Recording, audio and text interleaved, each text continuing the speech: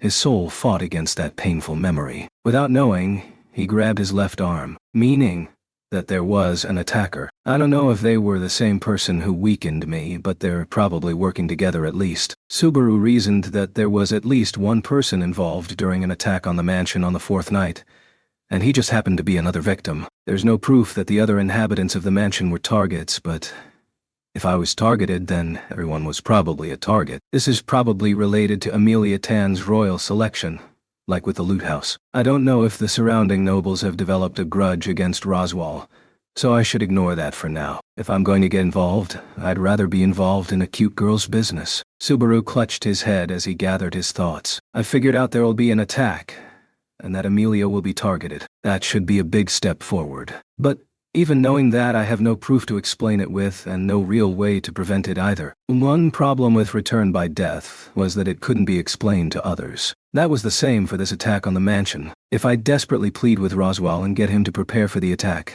will the attacker see the preparations and just call it off? Where would my proof be in this case? In the worst case, he was prepared to be branded the boy who cried wolf if it meant protecting Amelia and the others. And facing the attacker himself was definitely not an option. Firstly, Subaru knew that he didn't have that sort of power. And on top of that, he didn't know anything about his attacker. It would probably end with him crying like a baby while being brutally killed. A poor way to go, and I didn't even see their face or their weapon. A completely meaningless death. If he didn't know anything about his attacker, then there was no way to even begin a counterplan. He folded his arms, tilted his neck, rotated his hips, and began to moonwalk around in a circle. At the center of the room, in the middle of Subaru's moonwalking circle, a young girl spoke up in irritation. You're irritating Betty to death. So either leave or Betty will kill you. Subaru turned towards the volatile girl and said, Sorry. When I get things moving around other than my head, for some reason makes my brain works better. So let it slide, okay? We're friends, aren't we? Betty doesn't recall creating that relationship with you, I suppose. This is only the second time we've met. Actions speak louder than words, and you did just let me in here. You just broke through the door crossing on your own. What's going on here, I suppose? Unbelievable. As always, Beatrice did nothing to hide her animosity towards Subaru. He initially came to the Forbidden Library because of this. In fact, he felt he would find some safety and solace in her reliably cold demeanor. Part of the reason was to clear things up and organize his thoughts. But he also found it difficult to handle Ram and Rem keeping their distance from him like strangers. Unlike before, he properly excused himself before leaving the room this time, and came to the only place he felt he could rely on. Well, I'm not here to cause any trouble. Just serve some tea and let me chill here. Betty will do no such thing. You are truly irritating, in fact. Playing with one of the curls in her hair, Beatrice's lips curled up in annoyance. A thought occurred to Subaru. Come to think of it, you're a magic user, right? Even though you don't look it. Why, you think magic users are. And being compared to those second-rate users is troubling, I suppose. Beatrice pouted with her nose pointed upwards. She must have real confidence in herself. Based on that haughty attitude. You don't have many friends, do you? Where did that come from? Well, I don't have any friends either, so I can tell, but that's not good for you. Being so high and mighty at that age is gonna cause all kinds of trouble going forward. Beatrice just sighed at Subaru's constant teasing. Seeing that reaction out of her made him cut off that topic and switch to the main issue at hand. Right. What I wanted to ask a magic user to begin with. Is there magic that can weaken someone until they die? Subaru's sudden asthenia thought. He wanted to confirm whether it was by poison or disease, or perhaps by magic. My current theory is that the cause for my sudden chills and fatigue was magic. After all, there was no obvious source for a disease to spread that quickly, and the effects were too delayed for me to have ingested poison. Especially in the case of poison, I can't think of a time I could have ingested it. Dinner was served communally. For example, the soup was served in one bowl and split between all of us. The other possibility is that it was laced in the tea and snacks I had with Amelia. In that case, the perpetrator can't predict when I'll have the snacks or the tea. That method can be crossed out by running a probability check. Taking the existence of the intruder during the second loop into account, they'd have to have known about my weakened state. So there'd be no reason for them to use poison. Beatrice frowned at Subaru's question. She most likely wondered about the reason behind such a question, but seeing the rare seriousness in his expression, She sighed slightly and replied, "If it was a question of whether it exists, then it does." "So it does. It is closer to a curse than magic, I suppose. There are more shamans that are familiar with it than magic users. It's a more nefarious method, I suppose." Subaru became confused by the appearance of this new job by the name of shaman. In response, Beatrice raised a finger as if presenting a lecture. "Curse users, or shamans, come from the northern country of Gusteco. It is a subvariant of magic and spirit arts. However, it is full of defective techniques and not something to take seriously, I suppose. But they can still curse someone to death, right? That's the defective part. There are many paths, but all they can do is cause harm to others. Out of all the mana users, they are the most irritating, I suppose." The hatred Beatrice showed towards the curse arts was so deeply ingrained that she showed no signs of willingness to compromise her point. Subaru held no appreciation for curses either. Right now, he just needed more information. "Anyway, so with that curse art thing, you can do what I said before." "You can, I believe. But rather than learning a curse, there's a much simpler method, I suppose." Subaru furrowed his brows, at which Beatrice smiled amusingly. She then opened up her small palm and covered Subaru's eyes. The next moment, gah! Subaru's upper body quivered and collapsed at the sudden feeling of loss. He fell down to one knee, dangerously close to losing consciousness. His eyes fluttered as he felt the fatigue coursing through his body. "How was it, feeling it with your own body?" Beatrice looked down at Subaru, giggling condescendingly. The back of her hand was elegantly placed at her lips, but Subaru couldn't laugh it off and call her pose adorable with her actions still fresh in his mind. "Damn it. What did you simply put? Betty just drained the mana from your body. Simply drain some more and you would reach the same condition, I suppose. Rather than relying on some curse, this way is much easier." Subaru could do nothing more than look up maliciously at the triumphant Beatrice. This triggered a sudden thought for him. In the current timeline, I received my first mana drain from Beatrice right before I passed out. Meaning I was mana drained right before sleeping, then mana drained right after waking up. "Are you trying to kill me?" Betty held back. "If you were to turn into a husk here, then Betty would have to deal with your husk every time she wants a book." "Husk. Why am I a bug?" When seeing her expression that seemed to confirm this, Subaru began to question why he thought this was a safe place. Confirming that he still had feeling in his arms and legs, he mustered his strength, stood up, and lightly tapped his foot against the floor. "Don't tell me that you're the one who killed me. If you died, then we wouldn't be having this conversation, and it would be more peaceful. Unfortunately, Betty is busy and doesn't have time to kill you." She folded her arms behind her and moved away from Subaru to a bookshelf. Her gothic Lolita dress fluttered as she struggled to grasp a book just barely out of reach. "And so, this one, the one next to it. Hurry and hand it over, in fact." Yeah. He grabbed the surprisingly thick book off the shelf and passed it to the sulking girl. Remaining displeased as she took it from him, she again moved away from him and towards a stepladder. Her small stature looked more suited to sitting on that stepladder than on a chair. And without fail, whenever Subaru wandered into the forbidden library, she was sitting in that same spot with a book in hand. "What book are you reading there?"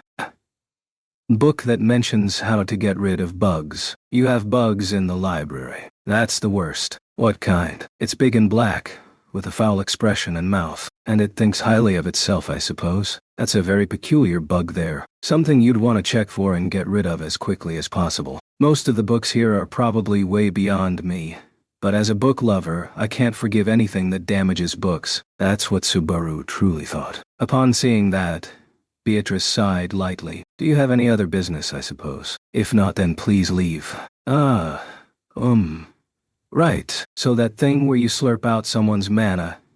Can anyone do that? That term feels inappropriate, I suppose. In this mansion, only Betty and Bubby can use that. Roswell doesn't have a talent for it, I suppose." "Really? I heard he was all-powerful. Maybe he was just putting on a show." Subaru formed a rude thought about the Manor's Lord. He gave himself a pass, however, since he technically hadn't met him in this timeline yet. "Anyway, about that, could you not just take so much when you do that mana drain? Both you and Puck. I suppose Bubby has extracted mana from you as well?" "Yeah. That bastard. He said I was full of mana, and he just kept asking and forcefully." "What's wrong?" As Subaru continued his rant, A bit of crimson appeared beneath Beatrice's eyes. She placed both hands on her cheeks and muttered, "Oh, what a thing, I suppose." Betty and Bubby had an indirect mana drain. What's with that bittersweet, indirect, kiss-like reaction? Stop that. I feel like a can that's been passed around. With that in mind, it was quite a rich flavor. Can Betty do it again, I suppose? I'll shrivel up like a prune. I don't have much blood right now. Ah, right. Everything important was put back. But your blood wasn't returned, I suppose. Well, even Betty isn't that all-powerful. Beatrice sighed in disappointment, but Subaru could only tilt his head in confusion. Her statement didn't match up with his memory. That makes it sound like it was you who patched me up. It's not good to try and steal credit from Amelia Tan. That half-blooded girl doesn't have the power to fix fatal wounds yet, in fact. She and Bubby closed the wound, and Betty healed it. What's wrong, I suppose? I just don't know how to feel.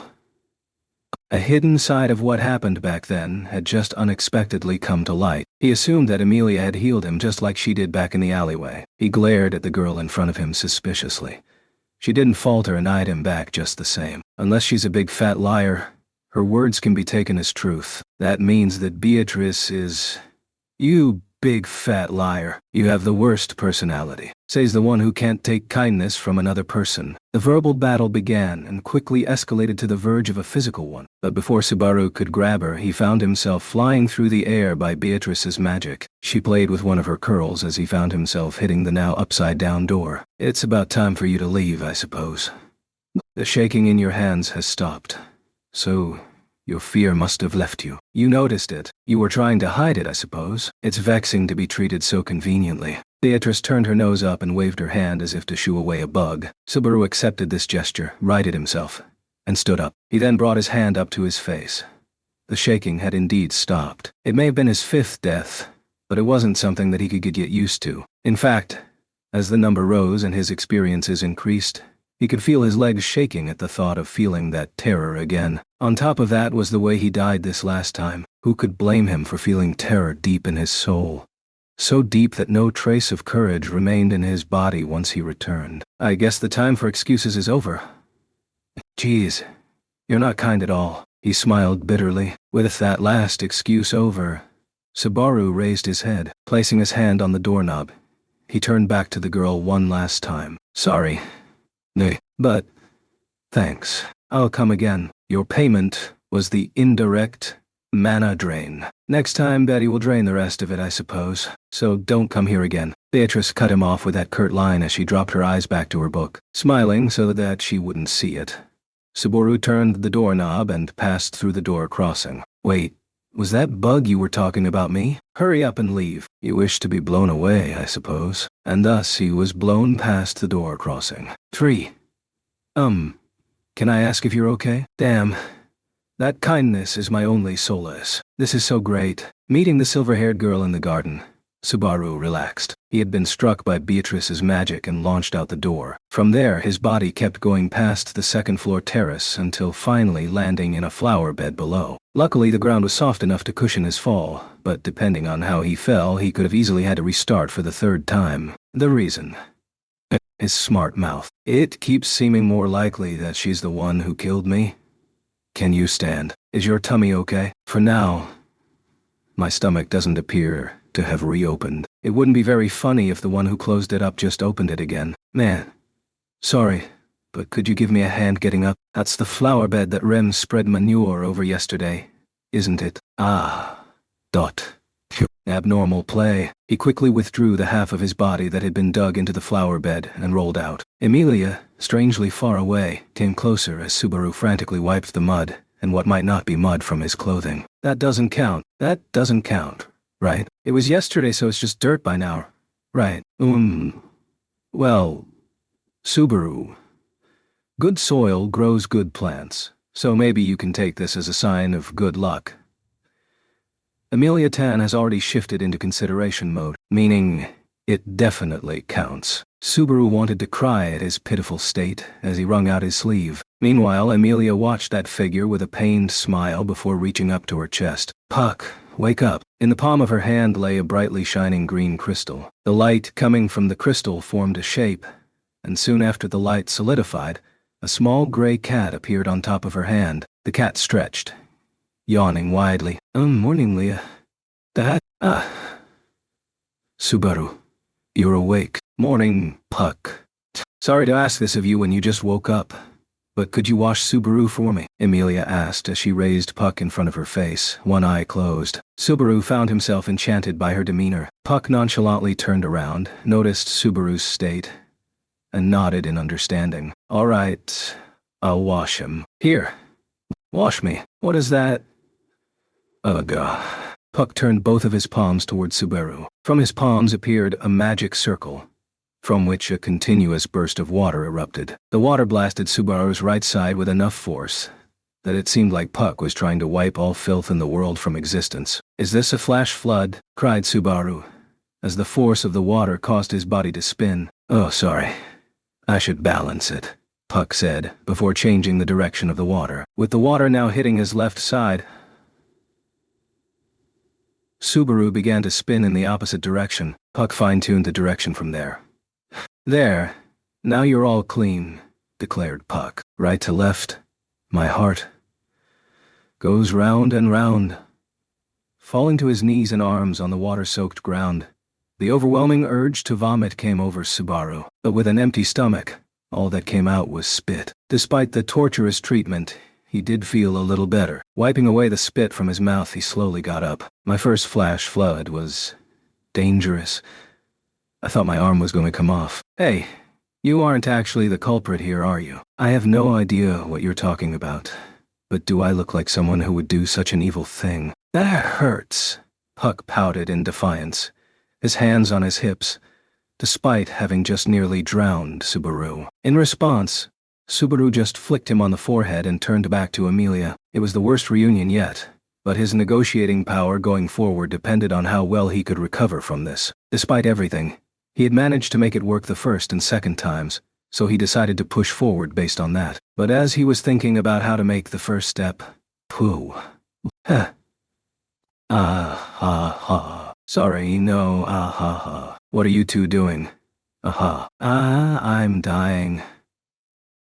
In the face of such laughter, his resolve went flying away. Pointing towards Subaru's soaked figure, Amelia burst into uncontrollable laughter. If they weren't outside, she'd be rolling on the floor. Subaru could only stand there dumbfounded. Then he faced Puck, who had at some point started flying. Anyway, first contact.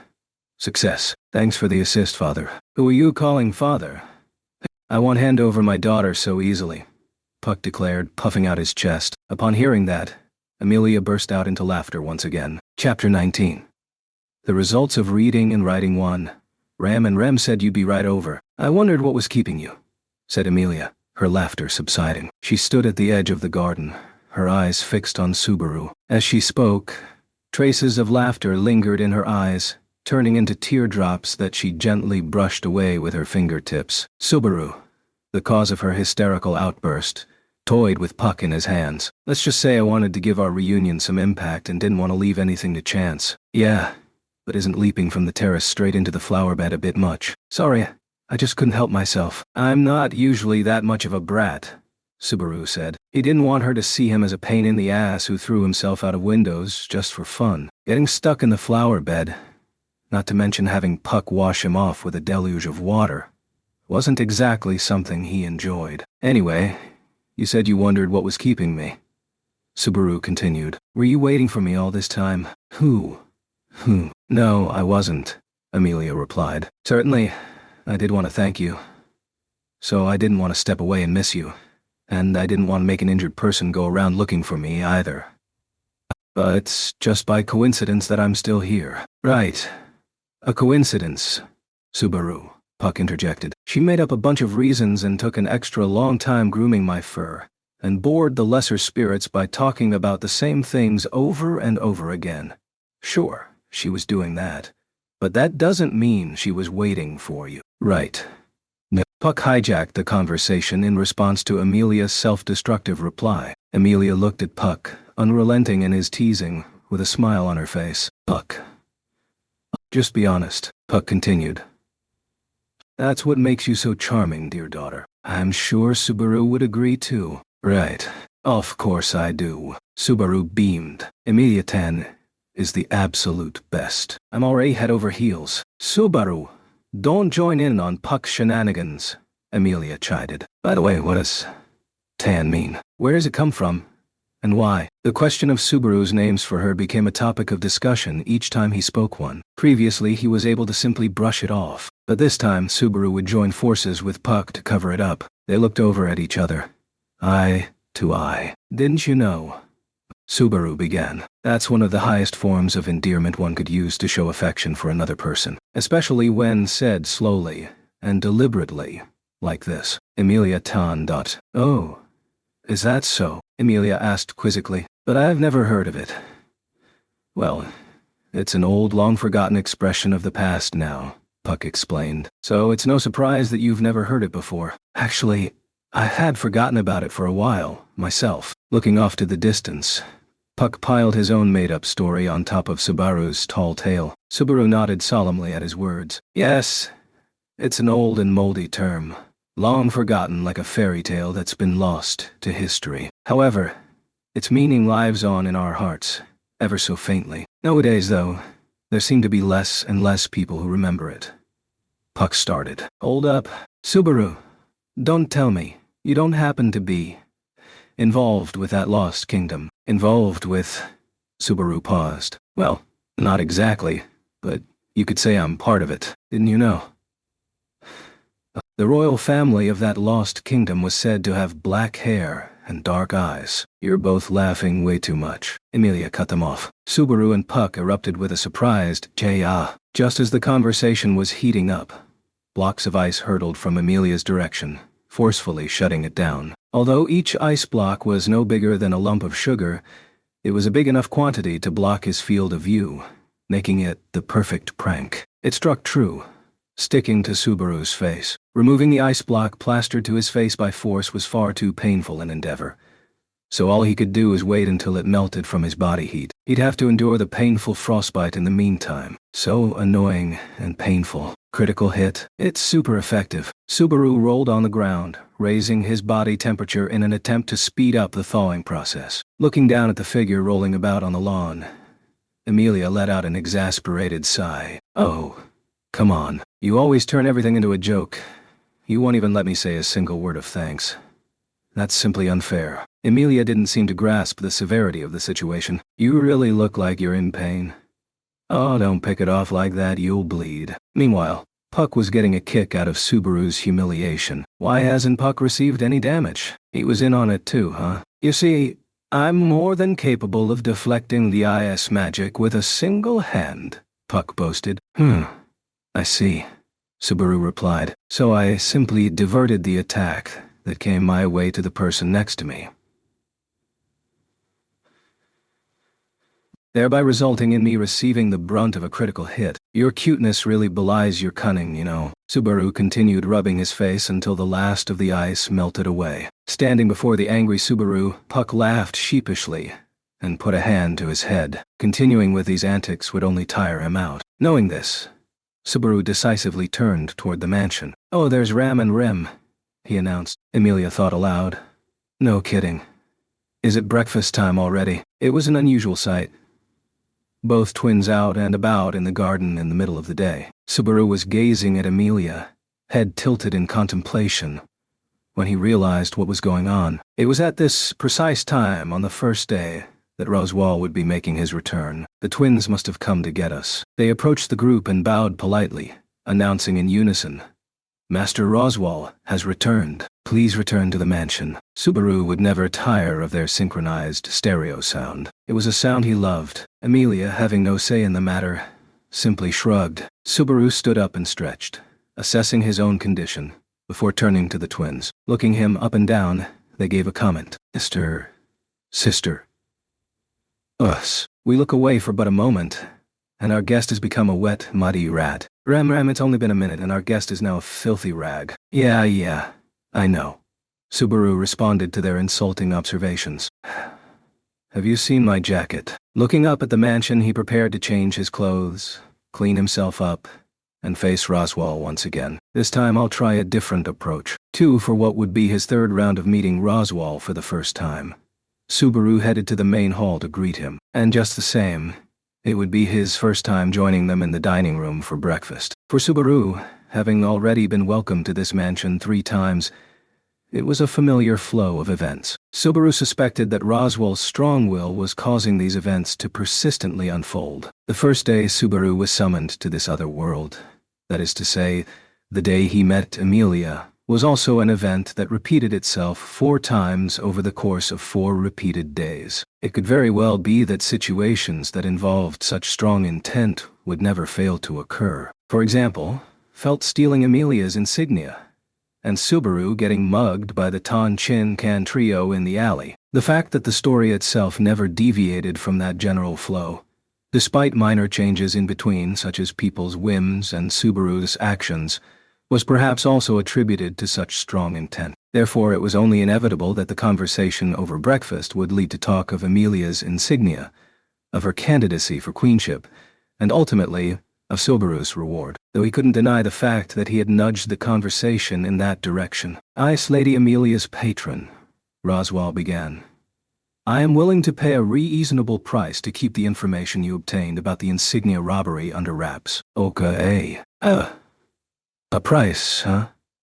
Subaru repeated thoughtfully. Having successfully brought the conversation back to this point, he contemplated how to reach his ideal conclusion. In his previous 2 loops, Subaru settled the matter with an appeal to work in the mansion as their butler. The last time, he only did so on the assumption that the day would unfold in the same manner as the first. But this time he had no intention whatsoever of traveling down the same path. In order to guarantee a different outcome, the reward from Roswell would also have to be different. "Okay, Rosie," he said conclusively. "Let me crash at your mansion for a couple of days. And after that, I'll get out of your hair. Just lend me a bit of pocket money for the road." Puzzled by this request, Roswell replied curiously, "So, when you say a little bit, you mean enough to buy a couple of huises?" He narrowed his eyes as he spoke, perhaps reading too deeply into Subaru's request. Subaru, however, waved his hand with a chuckle. No, I wasn't being roundabout," he said dismissively. "I just want to kick back and eat well for a few days. I can live on my own after that." Lady Amelia was right, Roswell pondered. "That is indeed a rather modest request, isn't it?" "No biggie. It's not like I did much," Subaru continued, before suddenly changing his tune. "Unless you didn't want to separate from me, Amelia Tan." "Now that's a different story," Amelia chimed in. "That's a very selfless offer, but I'm sure you have your reasons.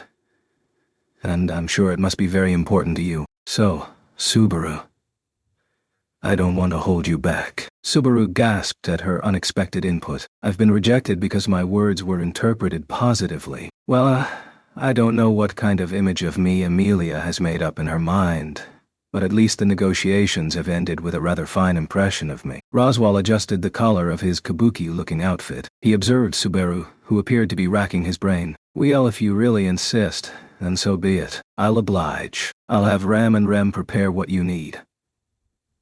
"Is 3 days enough? If you need anything else, just ask." "Right," responded the relieved Subaru. "Well then, lend me some paper, a quill, and a book of fairy tales." Roswell raised his eyebrows slightly at Subaru's unusual request. Subaru scratched his head, glancing over at the twins. "I promise to keep practicing reading and writing every night," he said. "Don't be fooled by my looks. I'm a man of my word." He gestured at the twins with a wink. They could only look at each other blankly at his one-sided promise. 3 in effect. This would be Subaru's 3rd week at Roswell Manor, and in this 3rd iteration, Subaru set his focus on one goal above all else: learning the cause of his death and the identity of the assailant in question. "My only leads are magic and chain," pondered Subaru. "But that still doesn't tell me what I need to know." All he knew was that on the night of the 4th day, someone would appear and make an attempt on his life. "If only I could tell Roswell, then we could put some countermeasures in place. But I can't prove where I got the information. So that would be a huge gamble. If only I knew what the assailant looked like, or what they were after. That alone would make a world of difference. So, this time around, I'll focus on only one thing. It's a 1-point wager to gather information. If the conditions for return by death are still the same, then That would guarantee at least one more chance for me to restart. That was the only conclusion Subaru could devise at this stage. Subaru had experienced a breakthrough before on his 4th iteration after 3 deaths. On that basis, he should be able to return at least once again. All he needed was to gather enough intel to make said breakthrough for his next 4th run. Though honestly, I'd prefer not to go with a plan that guarantees my death from the start, he lamented. But as long as Subaru was so limited in the measures he could take, some sacrifice would be necessary. Besides, it's not like I'm just going to sit around and do nothing. He was prepared to restart once again. But despite that willingness, he'd like nothing more than a conclusion that avoided another agonizing death. It was only natural to be so hell-bent on breaking through this loop if the opportunity arose. I've already told Puck to look after Amelia Tan, Subaru affirmed to himself. After their exchange in the garden, while Amelia's attention was drawn elsewhere, Subaru pulled Puck aside. Without getting into details, he warned Puck to look after Amelia during the night. At first, Puck was skeptical due to Subaru's lack of specifics, but being a feline with the ability to read into people's emotions, he ultimately determined that Subaru's concern was not misplaced. I don't know what's going on, but you do seem to genuinely care for Leah, he'd said. Puck readily accepted Subaru's persistent request, so it was safe to assume that Amelia's safety would be secured to some extent. Although I haven't known him very long, I can tell Puck is a cat of his word. Subaru was even willing to go so far as to give up his right to pet him, something he normally wouldn't have done so easily. I'm just glad he didn't ask too many questions. It sure takes a load off. But why Subaru was so relieved by this did not even cross his mind at the moment. All that's left is that Loli and Roswell. But how do I get them to take a hint? That's a lofty goal for a guy with no social skills. He gruffly scratched his head, tucked the quill under his nose, and straightened his posture. The sheer number of challenges ahead is making my head pound. Regardless of his ability to start over if he failed, using the girls as sacrificial pawns in his plan was far from a painless decision for Subaru. If possible, I'd like both Ram and Rem to survive. Heck, even Roswell and Beatrice deserve to be there too. Even if the hurdle is so high that I can't see the top, I can't use this as an excuse not to jump. Now, where to begin? Pardon me, sir. A voice from outside interrupted his thoughts as he leaned his weight back into the creaky chair. Before he could reply, the door opened to reveal one of the maid-sisters, the pink-haired Ram. Holding a tray of tea in her hands, Ram furrowed her brows at the sight of Subaru, seated at his desk. Well, well.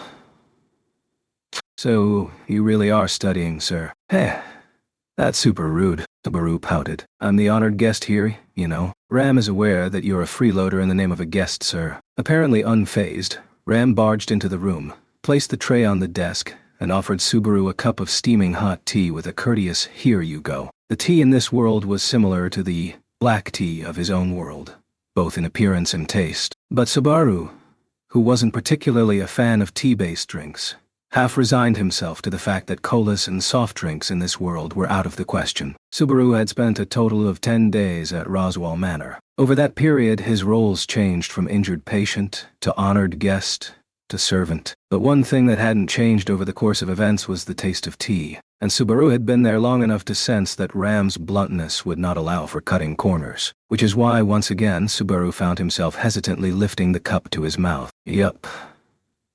Still tastes like shit. What a loathsome impression for the finest tea leaves in our mansion, Ram scolded. But Subaru held fast to his opinions. It's bitter. It's gross. It tastes like a mouthful of grass. I don't even want to try to look sophisticated by drinking it, especially not if it's you I'm drinking with. It tastes like plant water. You're being incredibly curt, sir, Ram said as she lifted the other cup on the tray as if it were the most natural thing in the world. She helped herself to a seat on the bed behind the desk. This maid has some nerve. Coming here to slack off on her duties, Subaru thought as he stared at the unconcerned Ram. You got some balls, lazing around in front of your honorable guest, Subaru scoffed. Ram replied coolly, Pay Ram no mind, sir? She's not asking anything of you. She's simply using tea as an excuse to kill time. Subaru continued his criticism. You must be a maid of pretty high status to have a sister who does all the work while you slack off. Not as high as the honorable guest who gives my sister all that work. Ram raised her hands to cover her mouth on her expressionless face as if to suppress a giggle. While exchanging insults with Ram, Subaru couldn't help but feel that something wasn't adding up. The progression had already unfolded into what would have been his second night from the third loop. Within that time, Subaru had remained confined to his own guest room, hyper-focused on his studies, with the exception of the time spent chasing Amelia's ass. Although on rare occasions, he also made time to pester Beatrice too. In other words, I haven't advanced beyond a mere guest and servant relationship with Ram and Ram in this loop. One would assume that would mean a more distant relationship between them, especially in comparison to the first and second loops. Yet, despite this, for some reason, Ram had been visiting Subaru's room. She would visit to see how he was doing, to serve him tea, even to interrupt his studies as if checking on his progress, followed by them bickering before she left the room. It had become a recurring theme. If anything, I've gotten even closer with Ram compared to the previous loops. For Subaru, this was a relationship that brought both gratitude and remorse. Having already prepared to use this loop as a strategic sacrifice, it was a shame to have to let this world pass him by. I just don't get it, Subaru muttered pensively. Can it be that your heart's been so moved by the sight of me, a man of literature, scribbling away at his work? A man of literature. Ram reacted to Subaru's musings. She watched him from her corner on the bed, taking in the sight of this boy from head to toe, and let out a, "You do that sometimes. But that's not really nice, you know." Subaru's cheeks twitched as Ram snickered with a condescending look on her face. She shrugged her shoulders, not once breaking her usual calm composure. A young boy with an athletic build, a face that screams pure evil rather than intelligence, and a mentality without a hint of sensibility. If that's what you call a man of literature, sir, Ram must question if you may not, in fact, be delusional. Ram continued the insults. Oof. That's harsh. Subaru flinched at her words. Although it is true that I was famous in my neighborhood because people in my town frequently said things like, Subaru from the Natsuki family is fit like an incredible athlete, but is a shut-in. Indeed, anytime someone brought it up, his mother would report back to him from outside his room, stifling a laugh. The humiliation of the past rushed back to him. He wanted to sink through the floor. Subaru fought back the urge as a blush flashed across his face. Ram stood up and approached him, peering over at the notes on his desk. What disgraceful handwriting. You dare call yourself a man of literature, sir? You dare call yourself a maid just because you use the word sir? Subaru retorted. Even maid cafe maids are nicer than you. Not that I've ever visited one myself. I've only heard about them through word of mouth. But their hospitality sounds amazing, though I have no way to confirm that. Subaru's bitter remarks were casually brushed aside. Ram continued flipping through the pages, unimpressed. Staring at her motionless profile, Subaru suddenly held up the book of fairy tales. I almost completely forgot about this. Well, this book's written almost entirely in e-letters, so it's about time I got around to reading it. The book's reddish-brown spine was marked with a simple title, a collection of fairy tales. The book itself wasn't much different from those in Subaru's world, complete with a table of contents in the beginning, followed by stories written in chapters. A quick glance at the contents revealed about 10 fairy tales in total. It wasn't very thick, and looked easy to finish. It shouldn't take me an hour. Subaru grinned. I mean, it's about time I taste the fruits of my labor. Reading these stories is nothing to brag about, Ram stated, shutting him down. It would be more embarrassing if you didn't know them. As a man of literature, it's only natural that you should know them, sir. Oh, come on. Don't give me that. Why are you so offended by me claiming to be a man of literature? You got a fetish or something for well-read guys? Ignoring Subaru's sexual harassment disguised as a question, Ram took the cup that was still on the desk and tilted it to her lips. That was my drink. Hey. What kind of maid drinks her honorable guest drink? Subaru gasped. Ram replied nonchalantly. Well, it's not like you were enjoying it. This tea is more suited to a person with a decent palate anyway. You call liquefied grass, decent palate? Subaru groaned. You know what? Never mind. I'm gonna bury myself in my book now, so go home. Or, I don't know, kill some time. Or whatever it is you maids do. Subaru waved his hand dismissively at Ram, leaning back his chair as he finally opened the book. It began with a preface by the author who had compiled the collection of fairy tales. But before he knew it, he stumbled onto written characters that were definitely not the A characters he was familiar with. I'm already lost. Let's see. This says, circle circle, square square, blankety blankety blank, Shit, I can't read this part at all. I mean, I guess I could skip over it, but it doesn't feel right. Subaru grimaced. What if I come across words I can't read at the best part of the story? Closing one eye, Subaru flipped through the book, trying to see the letters while also trying to avoid spoilers. After quickly confirming the difficulty of the text, he returned to the story. Now where was I? Once upon a time. Subaru continued reading, slightly amused to know that even fairy tales from another world began with the same cliché. Fairy tales as they were, their beginnings and ending were quite clear and concise. They were no different from those back in Subaru's world in the sense that they left plenty of room for imagination. They're just like those children's stories with some kind of moral in them. There's even one nearly identical to the Red Oni Who Cried. If asked what his favorite fairy tale was, Subaru would have to say, it was that one. If asked what his least favorite fairy tale was, he would also have to say, it was that one. The Red Oni Who Cried was a story that Subaru both loved and hated. He had fond memories of scribbling his own ending into every copy of the picture books when he was in kindergarten. The Blue Oni deserves happiness too, Buckaroo. Why should he stay sad? Ram's voice interrupted his flashback. Ram doesn't know what you're talking about or why you're crying all of a sudden, but it's not a good look. So please stop crying in front of her. How could you be so cruel to a boy's tears? Subaru wailed. Snapping back to reality, he rubbed his eyes and let the tears fade. He lightly tapped the cover of the book he had finished reading in front of Ram, who was still in the room. I did it, he bragged. I reread the whole thing. It was more interesting than I expected. I was able to enjoy the subtle difference in our values. Kinda like a cross-cultural exchange, huh? Maybe I should study art here and share knowledge about the other side of the world. Do you think they'll come after me to a different world for copyright violation? Ram didn't understand half of what you said, sir. That's your impression after reading the book. Wasn't there anything memorable about the stories? Plagiarism is bad, though. Subaru's beliefs as a creator wavered at his question. Looking up, he flipped through the collection of stories. The story of the dragon in the middle of the book, and the witch story at the end. They're the only two that really caught my attention. I mean, anyone can tell these two are treated completely differently from the others. Of all the tales in the collection, the two that made the strongest impression on Subaru were those two in particular. One was made to appear like it was truly exceptional, while the other was completely... The witch story seems like a throwaway, like the editor just included it because he had to. It's just an outline without any real plot. Subaru critiqued the tales.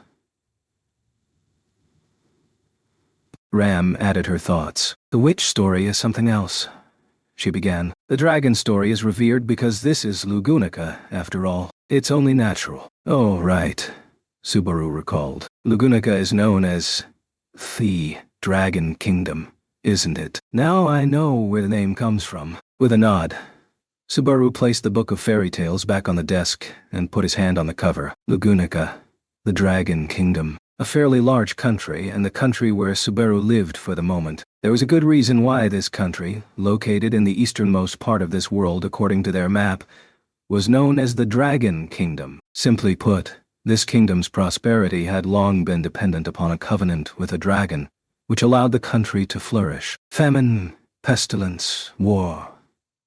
The dragon has protected Lugunica in all kinds of situations, Ram continued, and the name they gave it was Dragon Kingdom. How profound, Subaru noted. According to the story, it was a covenant between the royal family and a dragon. Sounds more like an origin story than a fairy tale. Yes, it's true, Ram confirmed. To this day, the noble dragon watches over our land from afar, from beyond the great waterfall, until the promise made to the royal family is fulfilled. Subaru let out a thoughtful,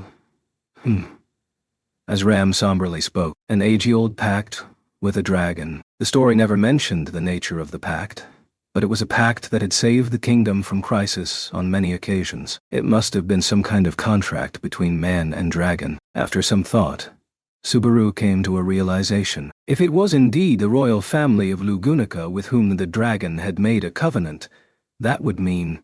Wait a minute. By any chance, the family that made a pact with the dragon, didn't they just die the other day? Yes, Ram confirmed his suspicions. It was rather sudden. Subaru started to fret. Isn't that bad? I mean, I don't know anything about the situation, but still, This is a dragon that promises and provides so much, so the compensation would be substantial. But if the royalty is eradicated before paying that compensation, wouldn't the dragon get pissed? No, no, no, cut the negative thinking crap. Subaru scolded himself. A better theory is that the royal family had already paid up. The dragon's happy.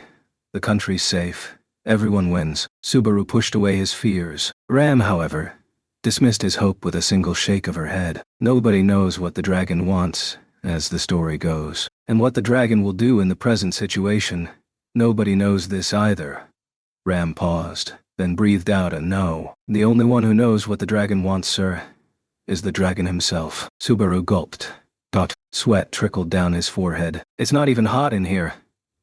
He chewed on Ram's words, swallowed them, and digested them. Finally, he spoke. Then, isn't that an insane amount of pressure on Ameliaton? Indeed, Ram agreed. An entire country's fate on your shoulders, and negotiations with a dragon who can choose to protect or destroy it on a whim. The thought alone makes it seem like a fairy tale. It was the last night of his second loop that Subaru saw Amelia look at this book with uncertainty. It was only after his death that he realized why her hand had stopped turning the pages. The size and weight of the pressure she carried was beyond his imagination. Just thinking about the burden she bore on her slender shoulders and the toll it took on her mind made his heart want to scream in a fit of rage and sorrow. There's nothing we can do, Ram said. Subaru questioned.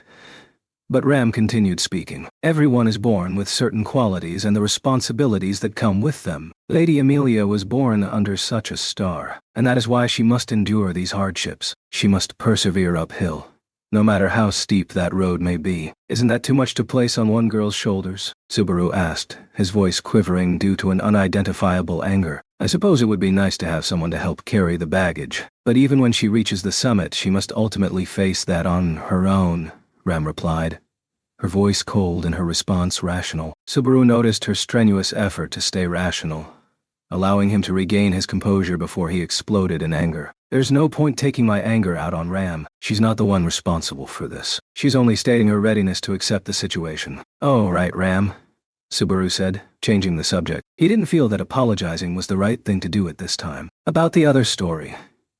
The story of the witch at the end of the book was only a handful of pages in length, and its treatment paled in comparison to the dragon story, which was placed smack dab in the middle of the book. A story called The Witch of Envy. So, about that witch story.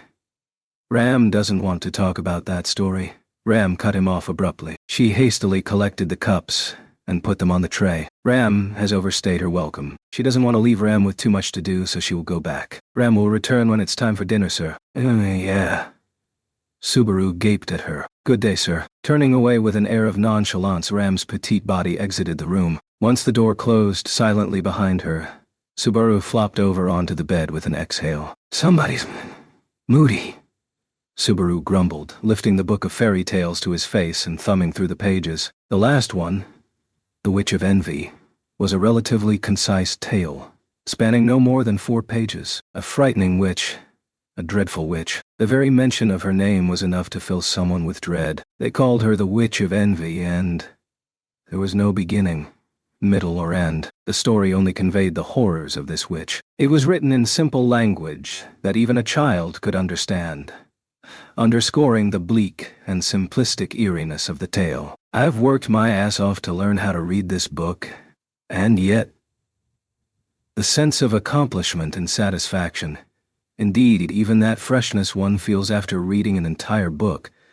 had all gone to waste in a single moment. Subaru rolled over in bed and, for once, detached his thoughts from the story. He pondered the trials and errors of this loop, with only 2 days left in its run. Subaru's mind raced. The same thoughts swirled over and over again through his brain. Before he knew it, his consciousness had melted into a muck all over the soft bed and sheets, until it had all but faded away.